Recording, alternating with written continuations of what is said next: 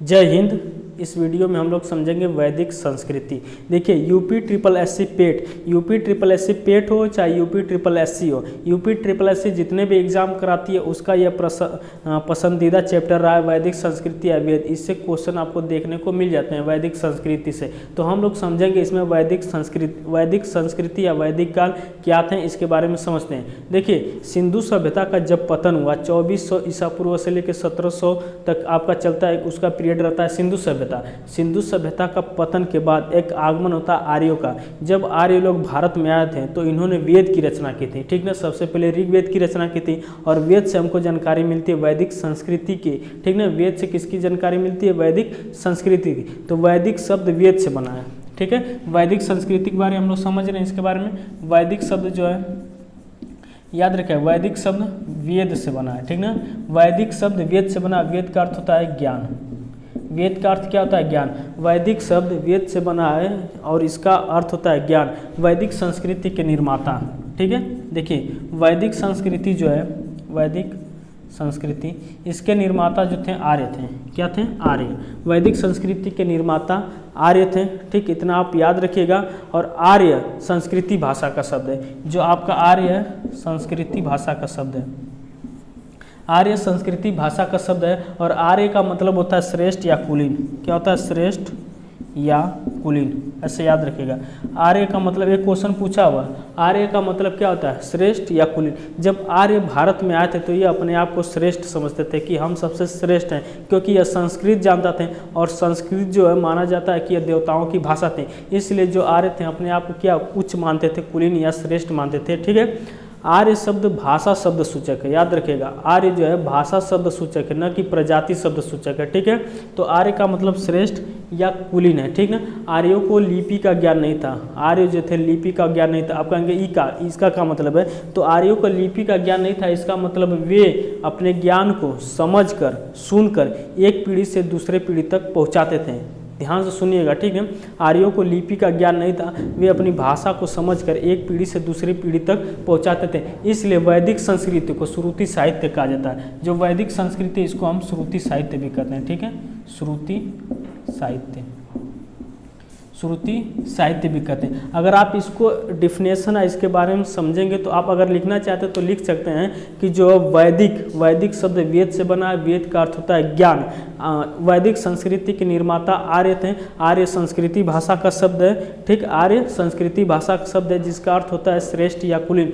आर्य जो है भाषा शब्द सूचक है, ठीक ना कि प्रजाति शब्द सूचक है। इतना आप याद रखिएगा। आर्य भाषा शब्द सूचक है, न कि प्रजाति शब्द सूचक है। आर्यों को लिपि का ज्ञान नहीं था। आर्य अपने ज्ञान को समझकर और सुनकर एक पीढ़ी से दूसरी पीढ़ी तक पहुंचाते थे। इसलिए वैदिक संस्कृति को श्रुति साहित्य भी कहा जाता है। क्वेश्चन आपसे पूछेगा श्रुति साहित्य किसे कहा जाता है? तो श्रुति साहित्य वैदिक संस्कृति को ही कहा जाता है। अब हम लोग समझते हैं, देखिए आर्यों के बारे में, ठीक है ना। आर्यों के बारे में विद्वानों का मतभेद है, ठीक ना।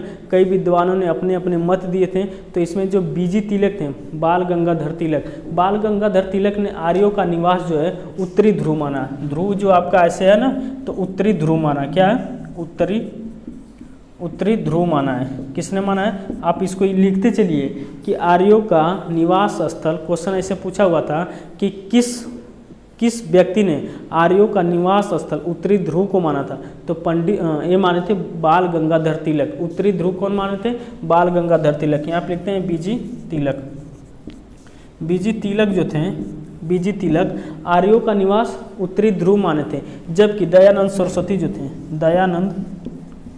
दयानंद सरस्वती, इन्होंने तिब्बत माना था। कहाँ पे? तिब्बत। इन्होंने आर्यों का जो क्षेत्र था इन्होंने कहा कि यह तिब्बती थे।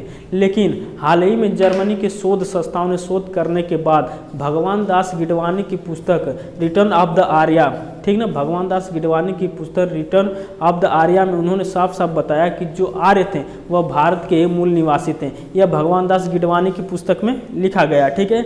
लेकिन सबसे प्रसिद्ध मत थे मैक्स मूलर के। मैक्स मूलर ने बताया कि आर्य जो थे, ठीक है, जो आर्य थे वह मध्य एशिया के थे। मध्य एशिया में जैसे कजाकिस्तान, किर्गिस्तान, ताजिकिस्तान, तुर्कमेनिस्तान वाले देश हैं, वह आर्य वहाँ से आए थे और सर्वप्रथम आके पंजाब और अफगानिस्तान में बसे थे। तो ज़्यादातर इतिहासकारों ने मैक्स मुलर के सिद्धांत को वैल्यू दिया है। तो हम लोग मैक्स मुलर के सिद्धांत को ही ज़्यादातर पढ़ते हैं इतिहास और किताबों में, ठीक है।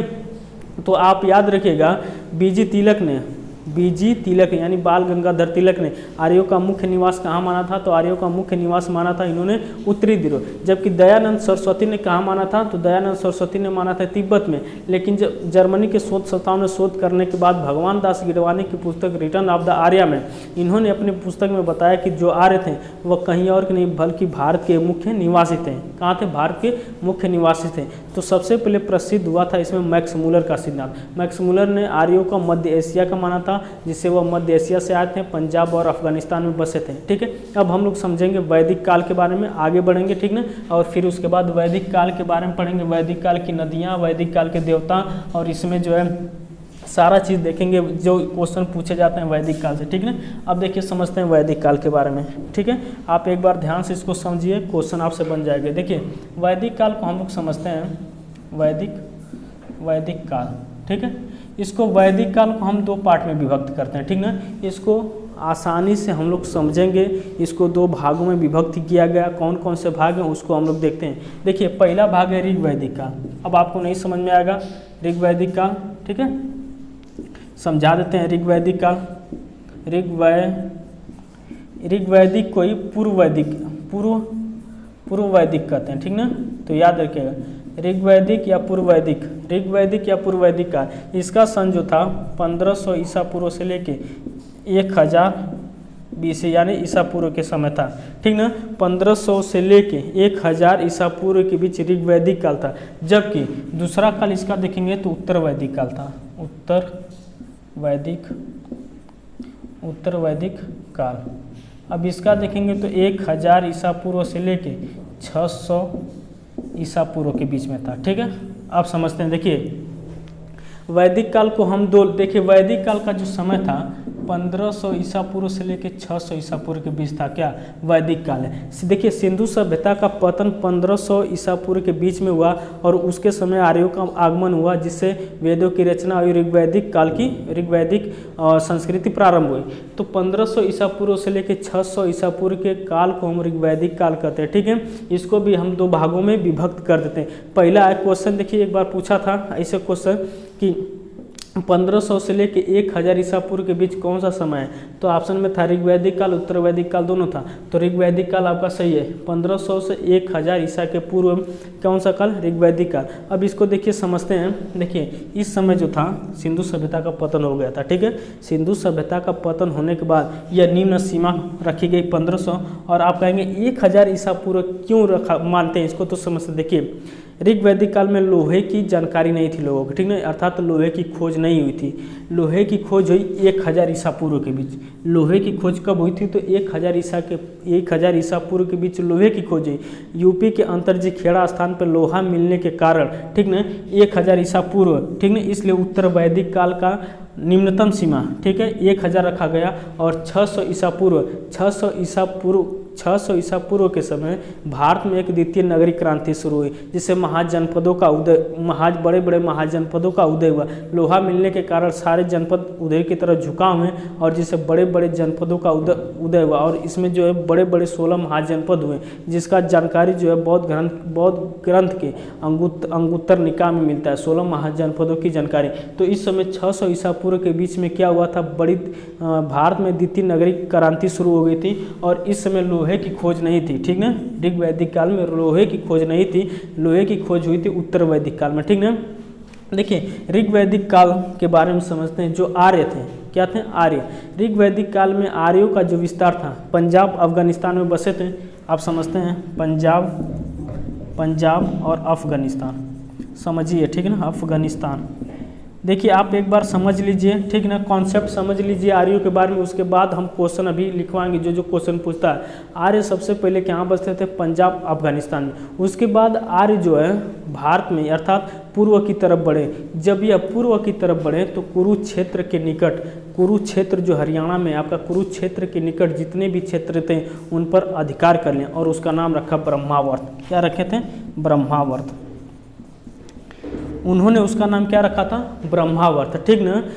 और इस समय ऋग वैदिक काल में जो समाज थे वह 4 वर्णों में विभक्त हैं। 4 वर्णों में कौन कौन से थे तो समझते हैं। तो सबसे ऊपर थे ब्राह्मण, सबसे ऊपर क्या थे?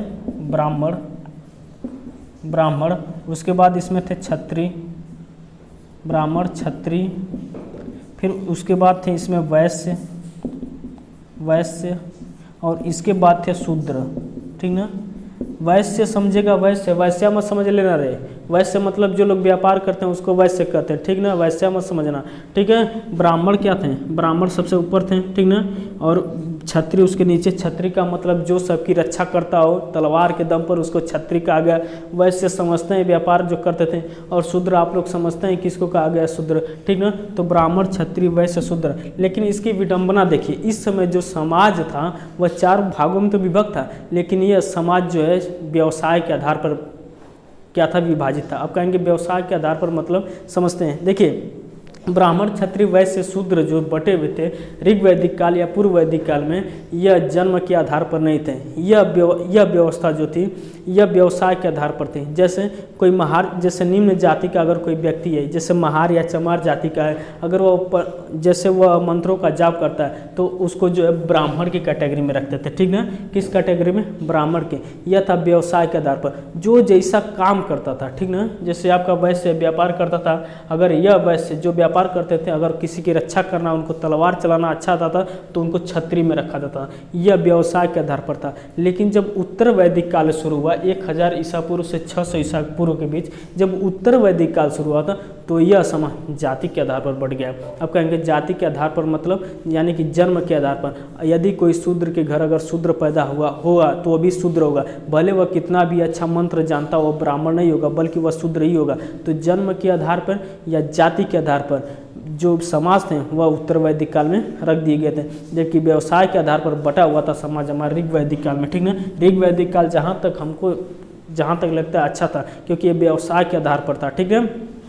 अब समझते हैं हम लोग इसके बारे में, ठीक है। देखिए, इनका विस्तार तो आप लोग समझ चुके होंगे कि ऋग वैदिक काल में आर्यों का विस्तार कहाँ से कहाँ था।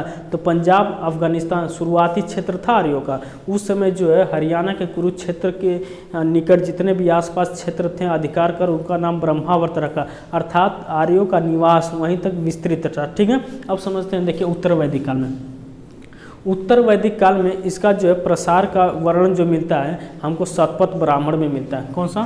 शतपथ, लिखते हैं यहाँ पे शतपथ ब्राह्मण, ठीक ना। शतपथ ब्राह्मण इसका जो है इनके विस्तार उत्तर वैदिक काल में आर्यों का विस्तार की जानकारी हमको शतपथ ब्राह्मण में मिलती है। इसमें विदेह माधव की कथा मिलती है, ठीक ना। विदेह माधव की कथा में इनके पुरोहित थे राहुगढ़। क्या थे? राहुगढ़ इनके पुरोहित थे। और कहा जाता है कि इनके कथा के अनुसार जो राहुगढ़ थे उनको वरदान प्राप्त था कि उनके मुंह में क्या थी? अग्नि थी। और कहा गया कि यह अग्नि जहाँ तक जलेगी और जहाँ तक यह अग्नि जलते हुए जाएगी वहाँ तक आर्यों का विस्तार होगा। और इनका ऐसी शक्ति भी प्राप्त है कि यह अग्नि जल्दी बुझेगी नहीं। लेकिन यह जैसे ही अग्नि लेकर, ठीक ना, राहुगढ़ पहुँचते हैं बिहार के क्षेत्र में।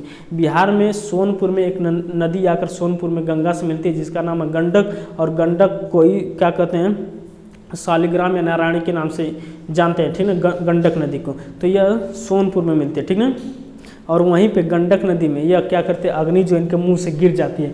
जब यह अग्नि मुंह से गिर जाती है तो माना जाता है कि गंडक तक यानी सोनपुर तक ही इनका पूर्वी क्षेत्र सोनपुर तक ही आर्यों का क्या था? विस्तार था। और इन्होंने श्राप दिया था कि यह पापियों की धरती है। गंडक नदी के क्षेत्र यानी सोनपुर को इन्होंने बताया कि यह पापियों की धरती है, अर्थात यह गंडक नदी में हमारी आग गिर गई, ठीक ना। इससे इस तरफ आर्यों का विस्तार कहाँ तक था? तो गंडक यानी सोनपुर तक विस्तार था। अब समझते हैं ऋग वैदिक काल की नदियों के बारे में। हम इतना आप लोग समझ गए होंगे। इसमें ऋग वैदिक काल में कहाँ तक विस्तार था, उत्तर वैदिक काल में कहाँ तक विस्तार था, याद रखिएगा, ठीक है।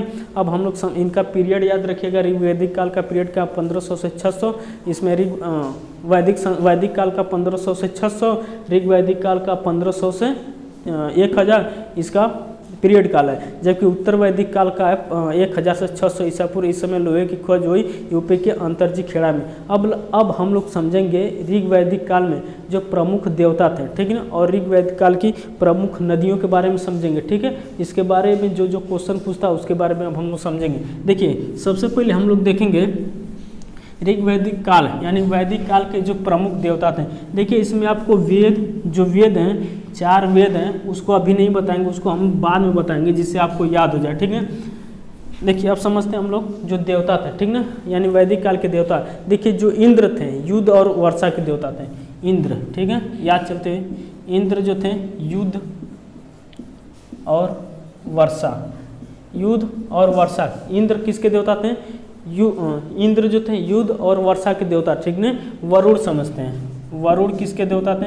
ये देखिए ये देवता है, ठीक है, यहाँ पे लिखते हैं ये देवता है, यह देवता है और ये संबंध है, किससे किससे क्या है? संबंध है।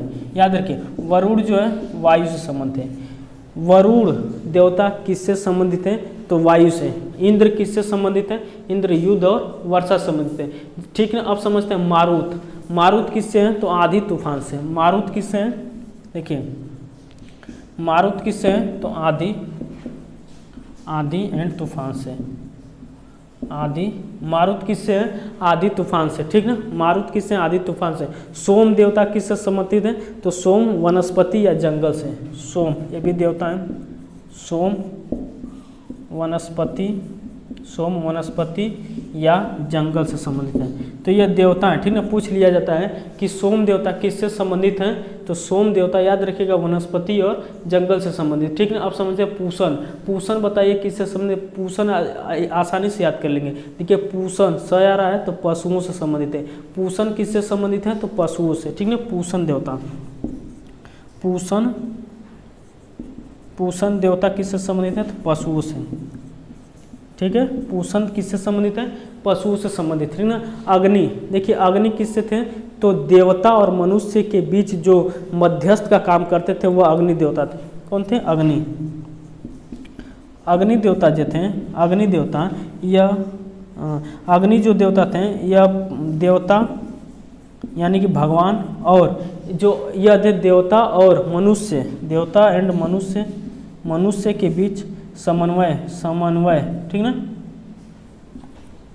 समन्वय का काम करते थे। मतलब जो अग्नि देवता थे मनुष्य और देवताओं के बीच जो वार्तालाप होता था उससे संबंधित थे अग्नि देवता, ठीक ना। और एक देवता धौ, आकाश के देवता थे धौ। धौ किसके देवता थे? आकाश के देवता, ठीक ना। धौ किसके देवता थे? तो आकाश के देवता, ठीक ना। आकाश के देवता कौन थे? धौ, ठीक ना। ये मध्यस्थ का काम करते थे, यहाँ पे मध्यस्थ। अब देखिए इसको याद करते हैं, देखिए याद करते हुए चलते हैं, ठीक ना। देखिए जो ऋग वैदिक काल के जो देवता थे, वैदिक काल के जो देवता थे, ठीक ना, इसमें जो इंद्र थे युद्ध और वर्षा के, इसको लिख लीजिए। इंद्र जो थे युद्ध और वर्षा के देवता थे। वरुण वायु के, वरुण किसके थे? वायु के देवता थे। अगर वायु नहीं चल रही थी तो वरुण की पूजा की जाती थी, ठीक ना। वरुण वायु के देवता थे। मारुत आंधी तूफान के देवता थे। मारुत किसके देवता थे? आंधी तूफान के देवता थे। सोमरस, ठीक ना। सोम किसके देवता थे? वनस्पति और जंगल के। सोम किसके देवता थे? वनस्पति और जंगल के। धौ किसके देवता थे? तो आकाश के, ठीक ना। आकाश के देवता थे धौ। बाकी अग्नि जो थे यह देवता और मनुष्य के बीच मध्यस्थ का काम करते थे अग्नि, ठीक ना। इनके बीचों का वार्तालाप करते थे, ठीक ना। इतना आप लोग याद करिए, 2 बार बोलेंगे याद हो जाएगा। अब हम लोग समझते हैं ऋग्वेद काल की प्रमुख नदियाँ और उसके पुराने नाम, और ऋग्वैदिक काल के दर्शन और उनके प्रवर्तक के बारे में समझते हैं। देखिए ऋग्वैदिक काल की नदियाँ पूछ लिया जाता है, पुराना नाम पूछ लिया जाता है, आपको याद करना होगा। याद हम अभी करवा दे रहे हैं, आपको टेंशन की कोई बात नहीं है, ठीक है। देखिए झेलम नदी, झेलम का पुराना नाम था वितस्ता, याद रखिएगा, ठीक ना। झेलम का पुराना नाम आप पहले लिख लीजिए। देखिए झेलम का पुराना नाम वितस्ता था। झेलम का पुराना नाम वितस्ता। ब्यास का विपाशा बसु ना रे, विपाशा बसु एक हीरोइन है। ब्यास का पुराना नाम विपाशा था। ब्यास नदी से ही याद रखना, ब्यास का पुराना नाम विपाशा था। एक हीरोइन है ना विपाशा बसु, मुहावा उसका इसी से विपाशा बसु, ठीक ना। विपाशा ब्यास का नाम, ब्यास का पुराना नाम, देखिए यहाँ पे नदी है, इसका पूर्व नाम है, ठीक है। ब्यास का विपाशा, विपाशा से बार बार याद आ रहा है विपाशा बसु, तो याद रख लीजिए ब्यास का पुराना नाम विपाशा। उसके बाद चिनाब, चिनाब का पुराना नाम आस्किनी था, चिनाब का पुराना नाम आस्किनी। रावी का परुसड़ी, रावी का पुराना नाम परुसड़ी। सतलज का सतुद्री, सिंधु का सिंध, ठीक ना। गंडक का सदानीरा, यही नदियाँ है, ठीक ना, जिसमें अगिया गिर गई थी, ठीक ना, राहुलगढ़ के मुख से, ठीक है। उसके बाद काबुल, काबुल का पुराना नाम कुंभा था, गोमल का पुराना नाम गोमती था, ठीक ना। आप इतना देख लें। अब एक बार हमारे साथ बोलिए, देखिए झेलम का पुराना नाम बितस्ता, झेलम का पुराना नाम बितस्ता। ब्यास का विपाशा, ठीक ना। रावी का परुसड़ी, झेलम का वितस्ता, ब्यास का विपाशा, रावी का परुसड़ी। चिनाब का आस्किनी, ठीक है, चिनाब का पुराना नाम क्या था, आस्किनी, ठीक ना। सतलज का सतुद्री, सिंधु का सिंध, ठीक ना। गंडक का पुराना नाम सदानीरा, याद हो रहा है कि नहीं, गंडक का पुराना नाम सदानीरा, ठीक ना। सिंधु का सिंध, ठीक ना। उसके बाद काबुल का कुंभा, गोमल का गोमती, ठीक ना। ये आपको पूछे जाते हैं, ठीक ना, इसको आप याद करिए। अब हम लोग समझते हैं दर्शन एवं उनके प्रवर्तक के बारे में, ठीक ना। देखिए न्याय दर्शन, देखिए जब भी न्याय कहीं न्याय अन्याय की बात होता है तो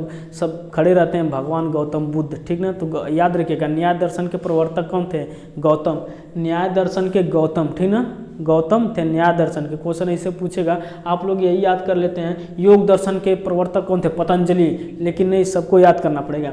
न्याय दर्शन के गौतम थे, न्याय दर्शन के गौतम, ठीक है। योग दर्शन पतंजलि, योग दर्शन पतंजलि। सांख्य दर्शन कपिल, सांख्य दर्शन कपिल। वैशेषिक, देखिए विश्व कणों से क्या हुआ है, मिलकर बनाया, यह बताने वाले थे कणाद। तो याद रखिएगा वैशेषिक से, वैशेषिक दर्शन के प्रवर्तक थे कणाद, याद होगा कि नहीं। उत्तर मीमांसा, उत्तर मीमांसा, उत्तर मीमांसा से याद रखिएगा क्या है, बद्रायण, ठीक ना। उत्तर मीमांसा देखेंगे तो अयोध्या में सबसे ज़्यादा बंदर पाए जाते हैं, यानी कि अयोध्या उत्तर की तरफ, ऐसे याद रखिएगा। यूपी कहाँ है, यूपी जो उत्तर की तरफ है, नक्शे में देखेंगे तो यूपी क्या है, उत्तर की तरफ है, जिसमें आता अयोध्या, अयोध्या में बहुत ज़्यादा बंदर है। तो उत्तर मीमांसा के प्रवर्तक कौन थे, बद्रायण, ठीक ना। बद्रायण, बद्रायण से बना देंगे बंदर, बंदर से बना देंगे बद्रायण। उत्तर मीमांसा के प्रवर्तक कौन थे, तो बद्रायण थे। बच गया पूर्व मीमांसा, पूर्व मीमांसा के कौन थे, जैमिनी, पूर्व मीमांसा कौन थे, जैमिनी। यह क्वेश्चन आपको परीक्षा में देखने को मिलते हैं, आप इसको याद कर लीजिए, अब भी याद करिए इसको, ठीक ना, बाद में याद नहीं होगा, अभी याद करिए। देखिए एक बार इसको रिकॉल करते हैं, याद होगा। देखिए झेलम का पुराना नाम क्या था, वितस्ता था, झेलम का पुराना नाम वितस्ता। हम बोल रहे हैं, आप याद भी कर सकते हैं, झेलम का पुराना नाम वितस्ता। ब्यास का विपाशा, विपाशा वसुना, विपाशा खाली, ठीक है ना। उसके बाद रावी का परुसड़ी, चिनाब का आस्किनी, ठीक है। गंडक का सदानीरा, काबुल का कुंभा, गोमल का गोमती, सिंधु का सिंध, सतलज का सतुद्री, याद हो गया कि नहीं। अब उसके बाद देख लेंगे इसके दर्शन और प्रवर्तक, इसको भी याद करते हैं। न्याय दर्शन गौतम, न्याय दर्शन गौतम, ठीक है। उसके बाद योग दर्शन पतंजलि, योग दर्शन पतंजलि, ठीक है। उसके बाद न्याय दर्शन कौन है, गौतम। योग दर्शन पतंजलि। सांख्य दर्शन कौन है, कपिल, सांख्य दर्शन कपिल। उत्तर मीमांसा के कौन है, तो उत्तर मीमांसा के बताएं बद्रायण।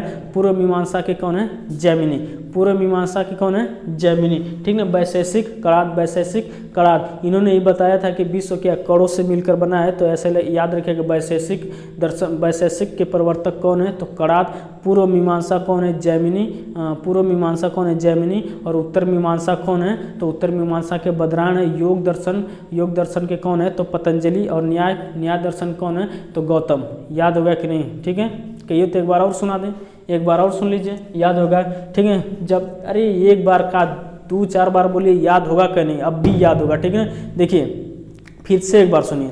झेलम का वितस्ता, रावी का परुसड़ी, चिनाब का आस्किनी, सिंधु का सिंध, ब्यास का विपाशा, ठीक ना। सतलज का सतुद्री, काबुल का कुंभा, गोमल का गोमती।